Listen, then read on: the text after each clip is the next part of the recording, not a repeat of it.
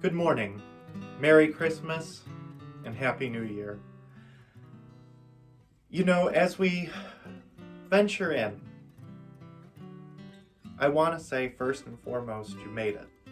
You made it to the new year, 2020, which is probably the strangest and most turbulent year of most of our lives, has come to a close, and you're here at 2021. It's interesting because time is very much a human construct. As people always say, to God, the moments that we live are but a blink of an eye. And even that is us trying to quantify things into our human minds. And yes, we can acknowledge that the planets go around the sun and everything else to create our sense of time, but the idea of a new year, a new beginning, is somewhat arbitrary. All of the things that happened in 2020 don't just stop at midnight. Obviously, it's well past midnight, and we still are dealing with a lot of those things. The pandemic being first and foremost, but the divisions in our world being another. But it's very ritualistic to have that end and that beginning, and it's something that we need, something that we seek out. So with it being the end and the beginning, it's a good time to look back and ask ourselves a couple of questions. One of the biggest things that I think, because 2020 was so tumultuous, a lot of people I think have come to the point where they said, I want 2020 gone, I want it removed from my life, and I never want to think back on this year because I've lost so much. And a lot of us have. A lot of us have lost loved ones, a lot of us have lost plans that we had, a lot of us have lost contact with people. But I think what we need to acknowledge is that even in something that we've lost so much, a lot of us have gained so much. Some of my friends have had children this year, which is a wonderful thing. And as my grandmother always said, there is never anything bad that comes with a baby. It's always a wonderful, wonderful experience. Some of my friends have learned how to do things to expand their business. Musician friends of mine have learned different ways to perform and reach people that they never would have if it weren't for the pandemic. I myself took on the role of coming to you digitally through YouTube to talk and share stories and reflections and songs, something that in my life I never thought I would do. And I think and I hope that we gained an appreciation for our humanity. I've often said throughout the coronavirus pandemic, and you can check all the videos because I know it's there often, that you should never let a good crisis go to waste. Well, this was a big crisis.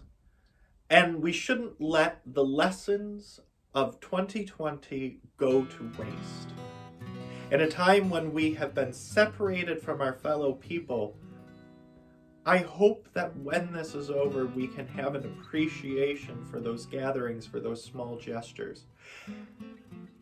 What's tough about it is we expected that at the beginning. In March, if you looked on social media or you looked what people were saying, it was, when this is over, we'll all hug each other and it'll be a kumbaya moment. And you know, at that point, I think we all expected or hoped we'd be done by June, maybe July, maybe September at the latest. And here we are at the end of the year and it's still going on. And we're tired. We're tired. So much has happened to highlight that kumbaya moment may not come.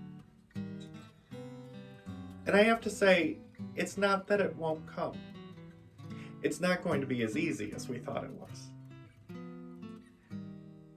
To use the lessons of this pandemic is actually going to be more difficult. It's going to take perseverance to look on the bright sides and to look at our fellow man and see people rather than just that person over there.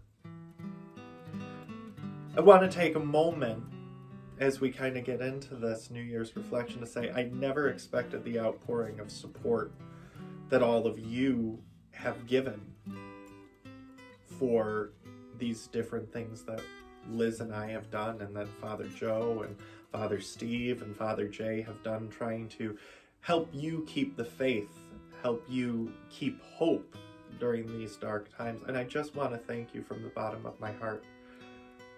It's so strange thinking about these past 9 months and the events that we've gone through. Well, maybe it'll be done by April. Well, should we wear masks? Shouldn't we wear masks? Were we taking masks from healthcare workers? Do we need to wash every surface? Should we even be going to the grocery stores? We know more now. We know more now. And things are getting brighter, but it still is very tiring. I think we need to take these times, though, to remember that the vast majority of people are good, that things are improving, that we will see a brighter tomorrow. And in the new year, we should fight to avoid divisions. It's very difficult. And part of that is social media. And I've given a lot of reflections on social media and how it divides us, because it's so easy to just throw things out. And things on social media are designed to elicit emotional responses. And when you see something you disagree with, it actually is an emotional response of, how dare they say X, Y, and Z. Also, I want to say I am totally guilty of having those emotional responses as well. But I think if we can take this crisis in this new year to look at what we've gained and to understand that we are all humanity going through things, we need to pause and understand that first and foremost, people are good. For the most part. I will not say that out of everyone, but for the most part, people are good. And if we can take that gentleness and that compassion into it, that same feeling we had when this pandemic began of, once this is over, we're all going to be in the streets and we're all going to be together and we're all going to be united. If we can bring that into the new year, we'll get through these next couple of months. And maybe we won't have a return to a divided normal, but a united normal. A normal where we see each other as people, where we see each other as children of God, where we love each other.